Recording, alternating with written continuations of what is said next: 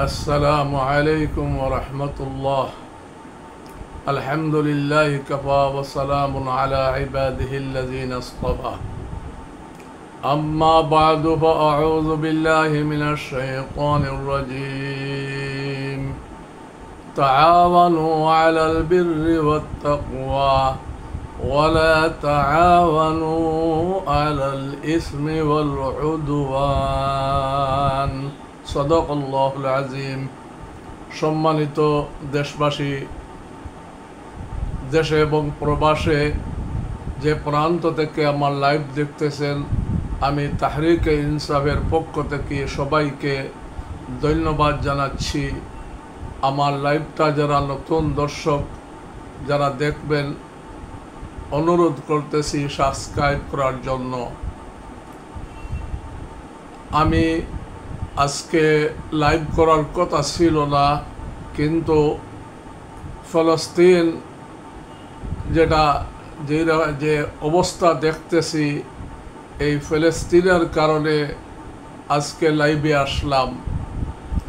আজ একটি আজাদ ভূখণ্ড, যেখানে অনেক নবী রসুল আপনার জন্মগ্রহণ করেছেন এবং মৃত্যুবরণ করেছেন, এবং মুসলমানের প্রথম কিবলা হইল আপনার মসজিদুল আকসা।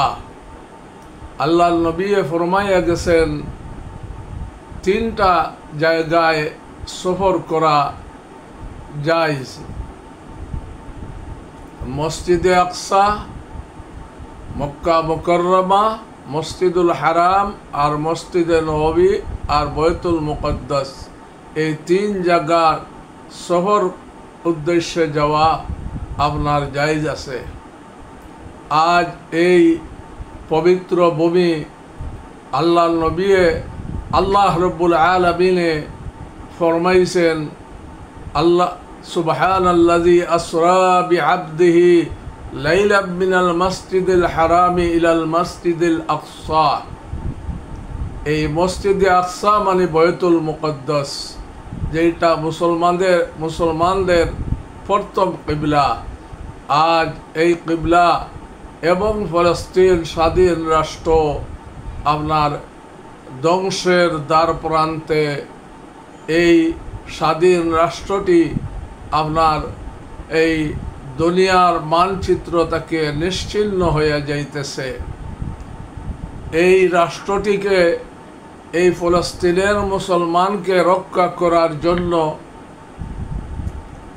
এই আশেপাশে যত আরব দেশের শাসকগণ আছেন, আমি প্রত্যেক শাসকগণের কাছে এই বার্তা যদি আপনাদের কাছে পৌঁছে আল জাজিরার মাধ্যমে, তাহলে আপনারা জানিয়ে রাখেন, আপনার ইহুদিরা মুষ্টিময় কয়েকজন লোক, যেখানে যে ইসরায়েল রাষ্ট্র এটা আসলে মুসলমানের রাষ্ট্র, তারা দখল করিয়া রাখছে। আর আজকে এই দখলদাররা যাদের ভূমি, তাদেরকে এই দেশ তাকিয়া আপনার বিতাড়িত করতেছে। আজ দেশের মানচিত্র থেকে আপনার ফলস্তিন আপনার শেষ হয়ে যাইতেছে। এই জন্য আশেপাশের মুসলিম শাসকগণকে বলতেছি, ইহুদিদের যে প্রপাগন্ডা, তাদের যে আপনার পরিকল্পনা, তারা ইসরায়েলকে গ্রেটার ইসরায়েল বানাবে। এই গ্রেটার ইসরায়েলের ম্যাপের মধ্যে দেখা যায়, তারা ফিলিস্তিন দখল করার পরেই আপনার দখল করবে জর্দান, এরপরে আপনার মিশর, এরপরে লেবানন, এরপরে এমন, আর এরপরে আপনার সৌদি আরব। এই জন্য যারা যে শাসকগণ মনে করতেছেন যে এখন যে বর্বরতা হইতেছে, যে যুদ্ধ চলতেছে ফিলিস্তিনের সাথে, আর আমরা আরামায়েশের সাথে আছি, এইটা মনে করবেন না। এই আর বেশি দিন ধরে নাই, যদি ফলস্তিন দখল হওয়ার আপনার সাথে সাথে তারা মুসলমানের বাকি দেশগুলো আর দিকে আগাইবে আর গ্রেটার ইসরায়েল বানাইবে। এই জন্য আপনাদের নিরাপত্তার জন্য আপনারা ফলস্তিনের জন্য এগিয়ে আসেন। আজকে আপনারা আপনার কত লক্ষ কোটি মাইল দূর চন্দ্র দেখার জন্য দূরবীন দিয়ে আপনার দেখেন, চন্দ্র দেখেন 33 কোটি মাইল উপরে, কিন্তু আপনার 1500 মাইল দূরত্ব আপনার ফলস্তিনকে আপনারা দেখতে পান না। আজকে ফলস্তিনের মুসলমান মহিলা শিশুদের আহাজারি, কেউরর পা নাই, হাত নাই, চক্ষু নাই, এই রকম চিকিৎসার কোনো ব্যবস্থা নাই। আর মুসলমান আরব দেশগুলো আপনার আইয়াসি করতেছে, আপনার বিভিন্ন যাদের ডিজি পার্টি করতেছে, আর ফলস্তিন ধ্বংস হইতেছে। আপনাদেরকে আমি খবরদার করিয়া আপনার জানে সাবধান করিয়া দিলাম যে আপনারা মুসলিম দেশে আমেরিকান সৈন্যর ঘাঁটি কেন থাকবে? আপনারা কেন আমেরিকার সৈন্যকে ঘাঁটি দিলেন? সৌদি আরব দিছে, কাতার দিছে, বাহরাইন দিছে, আরব আমিরাত দিছে, মিশর, জর্দান দিছে। আপনাদের উদ্দেশ্যে আপনারা বলতেছি, কি আপনাদের নিরাপত্তার জন্য কি আমেরিকার সৈন্যের দরকার? আপনাদের নিরাপত্তার জন্য কি আপনাদের আল্লাহ নাই? যে আল্লাহ আপনাদেরকে সৃষ্টি করেছেন সেই আল্লাহ নিরাপত্তা দিবে। আপনারা আমেরিকার সৈন্যকে কেন আপনাদের ভূখণ্ডে, আরব ভূখণ্ডে আপনার ইসরায়েলি আর আরবি আমেরিকার সৈন্যকে গাঁঠি দিলেন? আমার এই প্রশ্নের উত্তরটা আপনারা মেহরবানি করে দিবেন। আপনারা অনতি বিলম্বে যদি বাঁচতে চান, তাহলে মুসলমান দেশ তাকিয়া আমেরিকার গাঁটিরে সরাইয়া দেন। আপনারা অর্ডার দেন যে আমাদের দেশে আর আমেরিকার সৈন্য থাকার কোনো প্রয়োজন নাই, আমাদের সৈন্য আছে, আমাদেরকে পাহারা দিবে। আর যদি আপনাদের সৈন্যের দরকার হয়, মুসলিম রাষ্ট্র আছে, বাংলাদেশ থেকে নেবেন, পাকিস্তান থেকে নেবেন, আফগানিস্তান থেকে নেবেন, তুরস্ক থেকে নেবেন, মালয়েশিয়া থেকে নেবেন, আপনাদের প্রয়োজন হইলে আপনারা বলবেন, আপনাদেরকে সৈন্য দিতে প্রস্তুত আছে মুসলিম দেশগুলো। এই জন্য মেহরবানি করিয়া অনতি বিলম্বে যত মুসলিম শাসকগণ, আজকে 200 কোটির মতো মুসলমান, আর তাদের সামনে আজকে ফলস্তিনের শিশুরা না খাইয়া আপনার বুকা মরতেছে, আপনার বিল্ডিংয়ের নিচে আপনার দাবিত হইয়া মারা যাইতেছে, একের পর এক বোম আসিয়া পড়তেছে। কোথায় গিয়া তারা আশ্রয় নেবে? আশ্রয়ের জায়গা নাই। এই জন্য মুসলিম শাসকগণ, আপনারা অনতি বিলম্বে আপনারা সব মুসলিম শাসকগণ একত্রিত বসেন, আর বসিয়া ফিলিস্তিনের একটা আপনার সমাধান করেন। ইসরায়েলকে কিভাবে বয়কট করা যায়, ইসরায়েলকে কিভাবে এখান থাকিয়া এই ইসরায়েল নামক রাষ্ট্রটিকে আপনার ধ্বংস করা যায়, মুছিয়া দেওয়া যায়, আপনারা এই চেষ্টা করেন। আর তুরস্কের প্রেসিডেন্ট রজব তাইয়েব এরদোগান, আপনারা মক্কা মদিনা এক সময় শাসন করছেন, আপনাদের সৈন্য সামর্থ্য আছে, আপনারা কেন আপনার পিছিয়ে রইলেন? আপনারা অস্ত্র দিয়া, গোলা বারুদ দিয়া, সৈন্য দিয়া এবং আপনার প্লেন দিয়া, যুদ্ধ বিমান দিয়া আপনারা কেন সাহায্য করেন না ফিলিস্তিনকে? আপনার ইরানকে বলতেছি, আপনারা হুঙ্কার দিয়েছিলেন যে আমরা একটা বোমা মারবো আর ইসরায়েলকে ধ্বংস করিয়া দিব।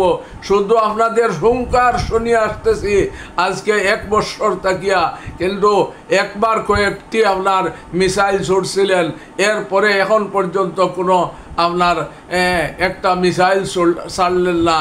আপনাদেরকে বলছি, যদি আপনারাও যদি বাঁচতে চান, তাহলে আপনাদের কাছে যে পারমাণবিক আছে, আপনারা এইগুলা আপনার গোডাউনে রাখার জন্য বানাইছেন না এগুলা ব্যবহার করার জন্য বানাইছেন? আপনারা 1টা 2টা পরমাণু বোমা তেল আবিব মারেন, মারিয়া ধ্বংস করিয়া এদেরকে। এই কথাটা বললাম আপনার ইরানের রাষ্ট্রপ্রধানকে।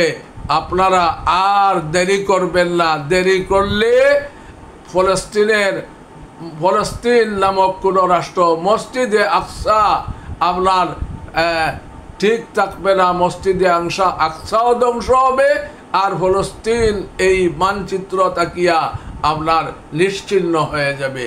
এই আমার 1 নম্বর আবদার। 2 নম্বর আবদার, বর্তমান বাংলাদেশের আপনার ডক্টর ইউনূস সাহেব প্রধান উপদেষ্টা, আপনাকে জানাইতেছি, আপনি অনতি বিলম্বে, আমাদের কাছে খবর আসতেছে যে আওয়ামী লীগের লোকেরা দলবদ্ধভাবে বাংলাদেশে ঢুকতেছে, আর প্রত্যেক থানা তাকিয়া 200-400 করে গিয়া আপনার ঢাকাকে আপনার অবরুদ্ধ করবে, এই খবর আমাদের কাছে আসতেছে।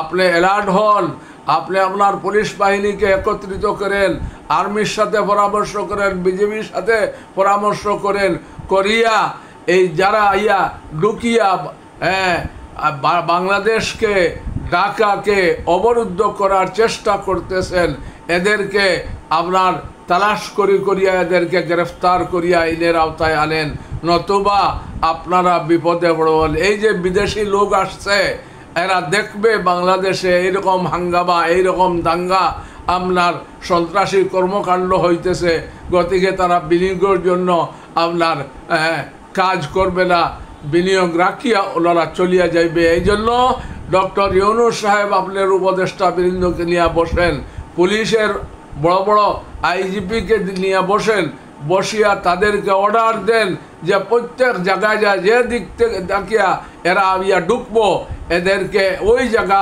এদেরকে আটকাইয়া এদেরকে গ্রেফতার করার জন্য আপনার চেষ্টা করেন। দেশকে বাঁচান।